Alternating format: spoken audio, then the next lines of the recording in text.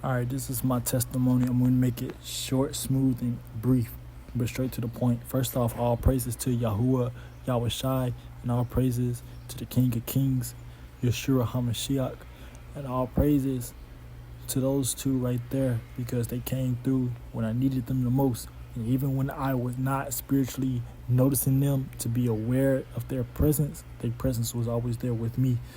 And never was it a time that they have a bad attendance with helping me even when I probably did not deserve it. So the first thing is this. I'm an introvert. I do speak two languages now, and I'm working on the third. I do have two kids. Me and the mom are not together. And though she did so much wrong to me and those in her family that helped participate, because not everybody in her family is evil, I forgive y'all as well. Because honestly, it ain't worth having that unforgiveness on my belt. It's just not. For those in my family, I have two brothers. I'm the middle child. All praises to the Most High to help me forgive my older brother, my first bully, my first, I guess you could say, childhood adversary. You know, he's a diabetic, and I wish nothing but the best for his health. And my little brother, annoying at times when there were times that he would be, I would say that him making music and the way he's doing things with his life, I hope he can stay on that path and stay out of trouble and watch out for certain crowds. I'm always being prayer for the both of y'all from a distance as an intercessor. Though me and my dad don't talk, because every time I try to talk with you, he's always distracted by his new partner, and it's just too much, Or if I try to call, he never answers the phone, and this is days or weeks later. Hey, it's all good. I know that you are a man of taking care of yourself, and I know you're a man of survival, so I'll speak with you when I speak with you. Outside of that, it's all love. It's all good. Mom, as far as you you dead wrong for how you acting on your birthday in 2023. But before I disrespected you, I decided to go ahead and give myself no time and day when I was going through the worst phase of my life at its peak. And you knew I was, I decided to take that time to go ghost on everybody, including you, so I can start seeing what the Most High wanted to start doing with me. And though that's been a challenge, I forgive you too. I'll be speaking with you shortly. And then I'll follow suit with everybody else. I will say this. I had my fair share of dirt towards people, probably not as high as most, but I still got my hand in the bucket of sin and wrong just as much. I try to right a lot of my wrongs. I try to keep right on things that are going well and not go left on what could go, in a turning point that could mess everything off that the Most High is doing for me now, and what he's trying to show other people through me as he works in my life. So I will say this. After going through an extreme custody battle from 2021 of March 26th all the way up until February 16th of 2022, I was parental alienated for 6 months. My own ex-in-laws slandered my name with the mom. And again, only those who participated with the mom.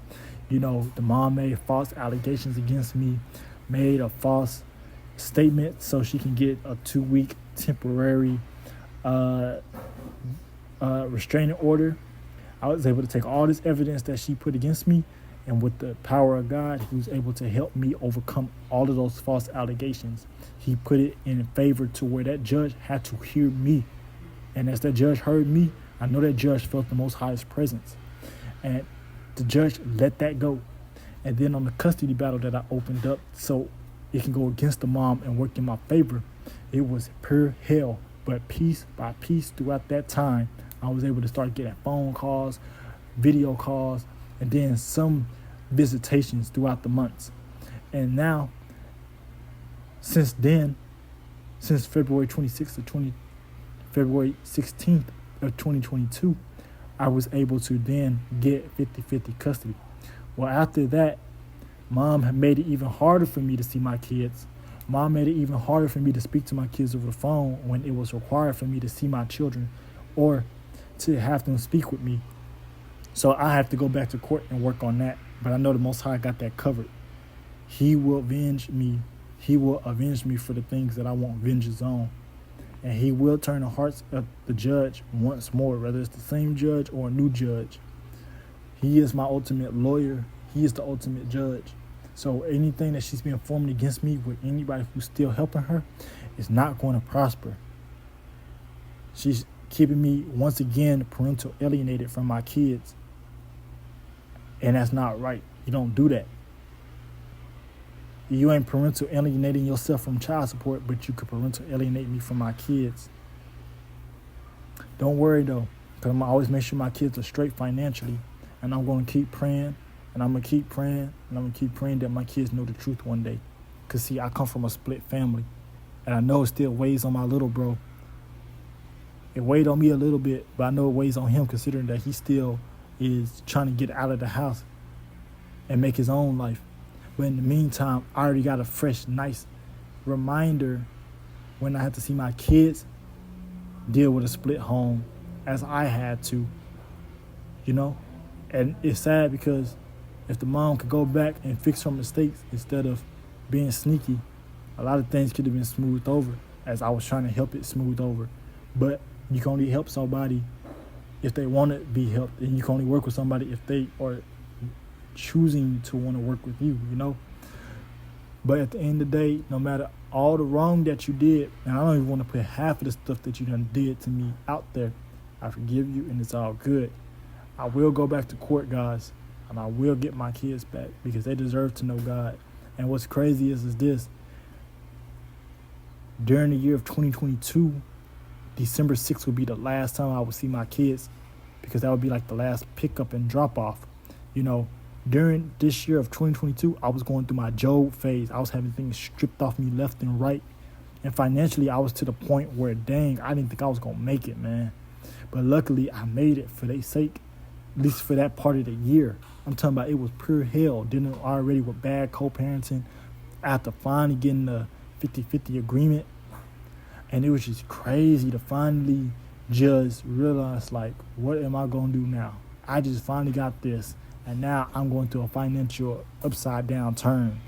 And luckily, the Most High gave me grace to finish off at least the majority of that year till December 6th with my kids, with giving them a piece of me and then giving themselves a chance at that moment to experience their father doing the best he can to provide for them, play with them, take care of them, do everything I could so the mom would just show that ignorant side of herself towards them and more, you know? So until God puts y'all back in my future, in this present time, I'm going to keep fighting the wars I got to fight spiritually and physically to make sure y'all don't never have a bad future, or at least to make sure y'all never got to struggle. No matter what y'all mom say, I forgive her and those who helped her do the evil that she did.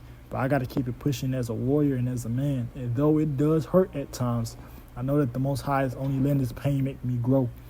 As far as that, just want to say that after December 6th, that would be the last time I see my kids.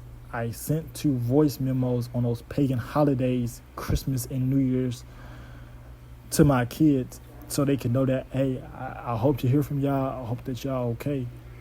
A little bit afterwards, I go through the ins and outs with my mom.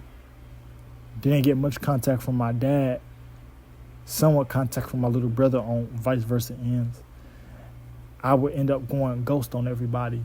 And this was when the Most High worked with me throughout the month of February extremely to have to settle for the fact that I was going to have to go on a journey with him that was unknown, that I never would have ever experienced myself going through. And it's so crazy because it was like a leap of faith with a blindfold on, man. I'm talking about you don't know what you're going to do. But I had to just hope for the best because, man, the worst was to come. And I ain't lying. But I'm just glad he was there at this time. You know, here come the end of February, I would finish my 1-year lease agreement at the place that I was staying at, that my kids would visit in the year of 2022, all the way up until the year 2023 of that month. I would leave in good standing. Despite my financial hardships, I would leave in good standing. I don't owe them nothing, you know. I would be homeless despite knowing I got family, and I could have easily just went with them. I decided to not. And I just decided to go with whatever the Most High was wanting me to go on this journey with him for. And this is during the winter of Sacramento. This is during Sacramento's winter time period. And it did nothing but rain and gusts up cold winds. I'm not talking about, man, this is not the time you want to be homeless, bro. And I'll end up being homeless. And I didn't really know much to do, though I do have awareness and survival skills off rip, just off the natural. It was just something I had to relearn about not only myself, but start learning how the Most High would want me to survive.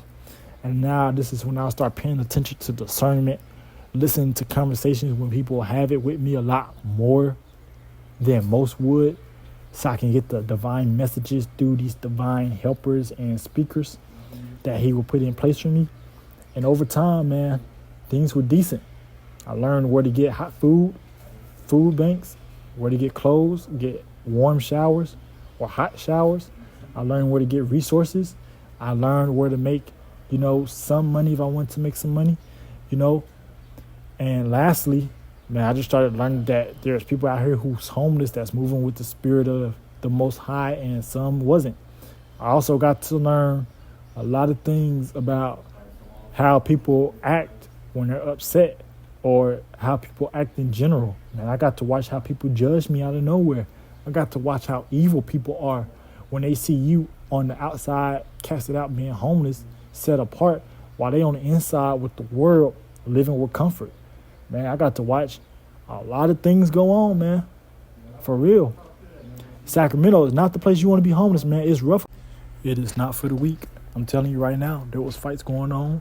People was robbing each other. There was a dog that one time bit my hand. I swear, if it wasn't for the fact that I love animals, I would have 2-piece, no coleslaw biscuit that dog right in the face, But nevertheless, moving forward, I ain't gonna even sit here in front with y'all, man. As time progressed quickly now. Time is progressing quickly. I will make it to a men's shelter. I'm talking about it was buck wild, crazy going on over there. And then I'll make it over to a youth shelter where it was people around my age, early 20s.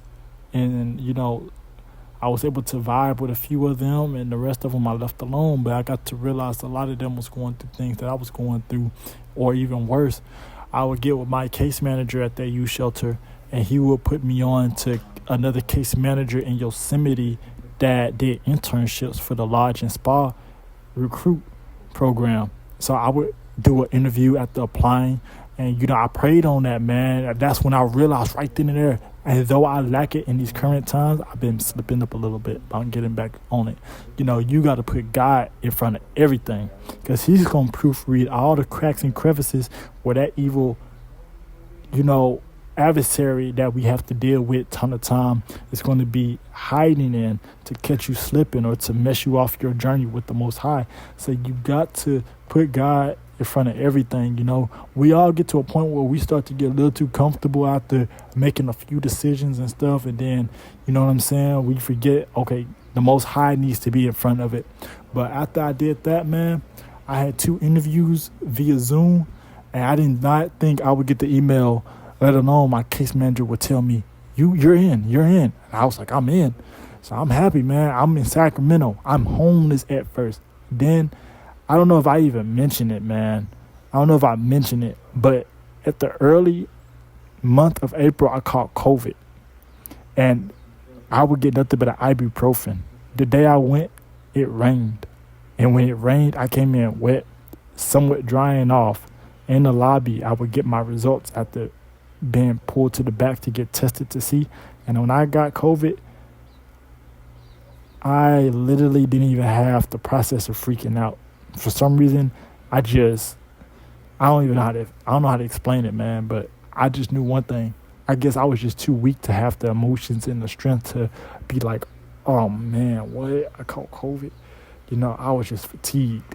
But God pulled me through 2.5 weeks, 3 weeks later, man, I was back at full strength. God pulled me through that. And the only thing I had was that same visitation, ibuprofen.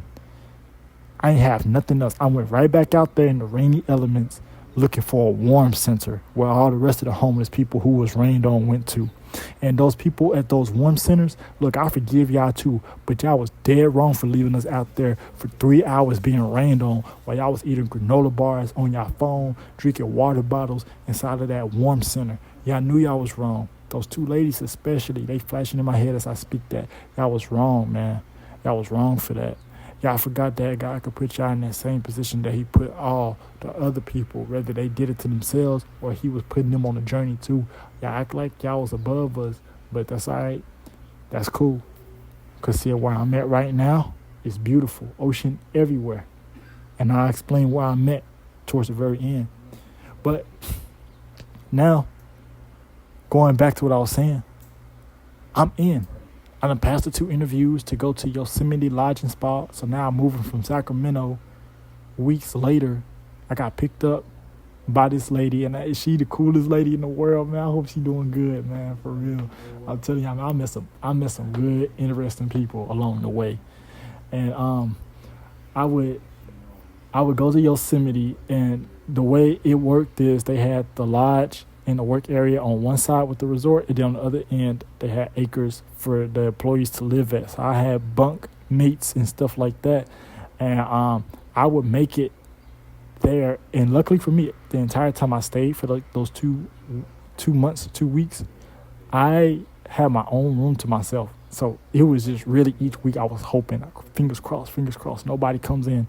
Everybody else in my dorm had a bunk mate, and then later on, one of my new roommates, he will also come from the youth shelter that I was at. And I hope that he's doing good right now. If I had my old iCloud account, I would reach out to him. But all I could hope is that he was doing good. And at the time, I didn't realize I was ministering to him. But I was giving him my testimonies of my shortcomings. I was telling him how God was making sure I don't do this and that. So I didn't realize I was already being programmed to minister certain things to him, you know. I was putting him on game with everything I was learning. I didn't even realize I was ministering to this dude, man. And he's a smart, intelligent dude, so he don't even need none of that, right? But anyways, you know, I'm just moving forward with how I'm doing certain things. And I finally get this motion to leave Yosemite. So after some time of me being hard-headed, leaning on my own understanding, like, oh, I guess I'm tripping, the warfare had tensed. And this is right around the time the Maui fires would take place. I remember till this day, I could reach out to this case manager in Yosemite. I literally told him, I said, I want to go to Hawaii. He's looking at me crazy. And then later on, we would talk. And I didn't know on his laptop, he was going to turn it over when I said, you know what, I'm going to go to Hawaii. I don't want to go to no other state because I think that I'm going to go through the same hardships in these other states. And I'm just tired of it. He knew my situation just like everybody else. So then he turns his laptop over, his desktop, and he shows me that there's a blaze of fire going on in Maui. And me and him, I can't say it over this phone, but me and him came to the conclusion that, you know, there's some dark powers that play with that. And until this day, we still screaming that there was some dark plays going on because that was not natural, you know. And I currently now live in Hawaii. I went through all of that. And I currently live in Hawaii, and no matter how hard it's getting, I'm going to make a way to find a new future for my kids here and for myself. And just want y'all to hear a little bit of my testimony. Those in my family, those who I reach out to, I reach out to. Those who did me wrong, including the child's mother, you're going to have to answer to God one day. But at least I know for a fact I ain't got to answer to God about forgiveness towards you. And anybody who did me wrong along the journey, look, man, I just toss it off my shoulder. It's all good. I'm not in the worst place, but I'm not in a place where I can say I've reached the pinnacle that God wants me to reach. But, you know, I hope that this testimony reached somebody. You know, this is coming from somebody who's an introvert. This is coming from somebody who's just trying to make it just like the next.